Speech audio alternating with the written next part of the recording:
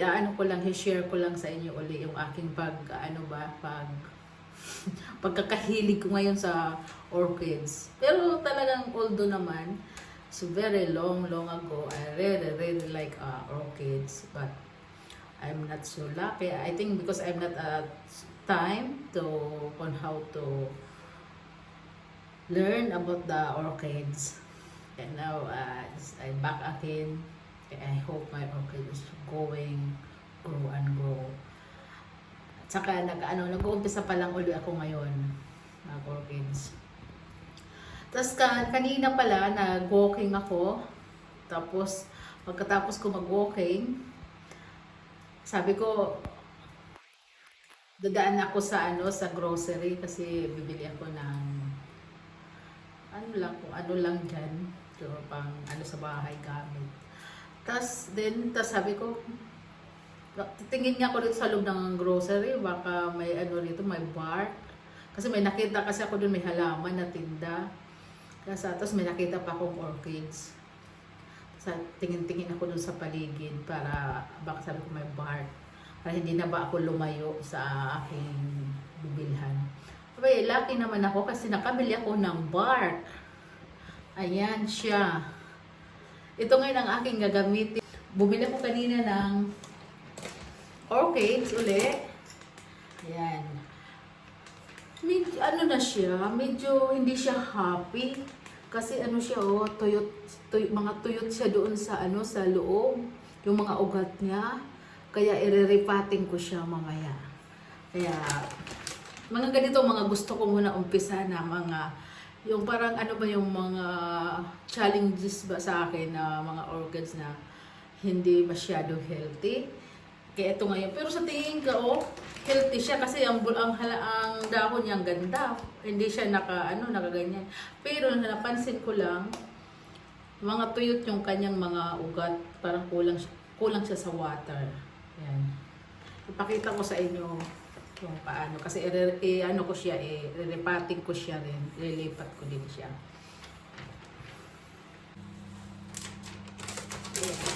I-open ko siya.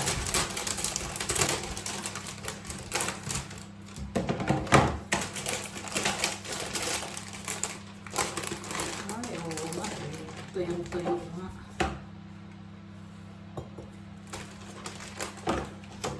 It's very dry.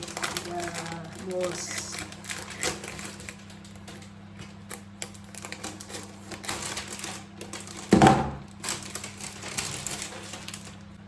Remove these things.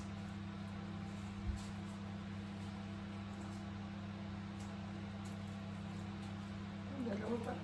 Isa lang pala yung spike niya. This the one is spike.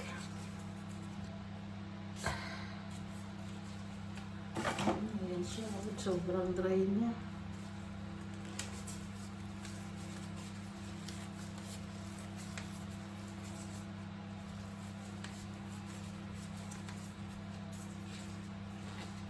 Siya pa rito, ganda pa. Hindi siya healthy, oh.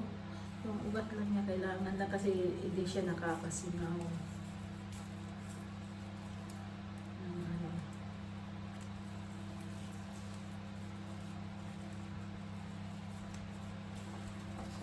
Tuyot na talaga. Pag mga ganito pala, pag nabibili mo rin sila sa mga sa mga grocery. Kasi pag galing sa flower shop talaga, ang gaganda rin ang mga ugat pag bumili ka doon. Yung sa akin, na lang yun, natuyot na lang yun kasi nga na hindi ko rin naasikaso. Pero yung binili ko talaga gaganda ng mga ugat nila pag galing sa mga talaga sa flower shop. Pero sa mga grocery, ito, ganyan, no. Kasi pag dinala doon yung may-ari, wala na sila pakialam na doon ito. Hindi ko, baka lang. Diligan nila, hindi. Pang dry niya, ibabad ko muna siya rito.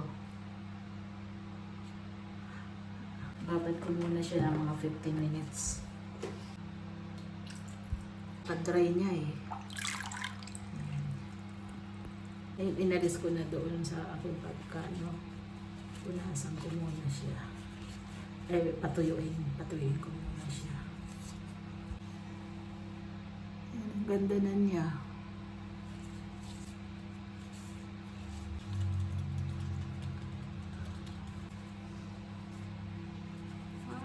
Ay, itong dahon niya. Ang dahon niya. Mumuti-muti na. Hindi ko kanina napansin to. Ayan dyan.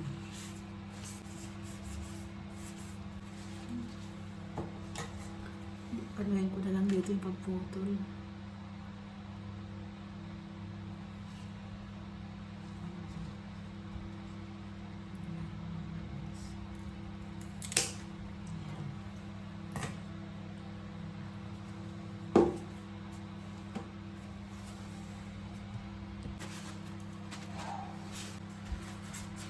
Tuyot na siya. He survived. Kaya po na siya ng part. Kasi yung sa kanina, yung galing siya sa store. Maganda kasi itong part na ito, pang paano ba? Sala.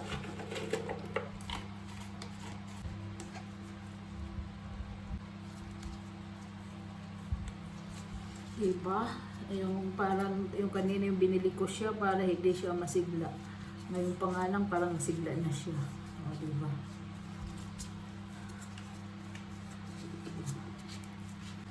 Tapos, ibabad ko muna siya rito na.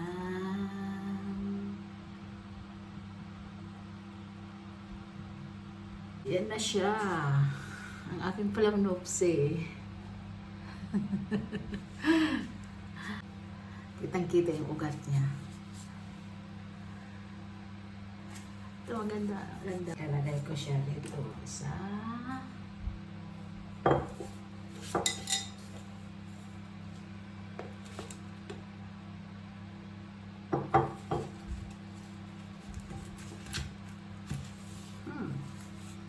That's it. May palanopsi. Thank you for watching, everyone. Until my next video. Upload ko dito sa aking YouTube. Thank you for watching to my simple vlog. God bless you. Bye.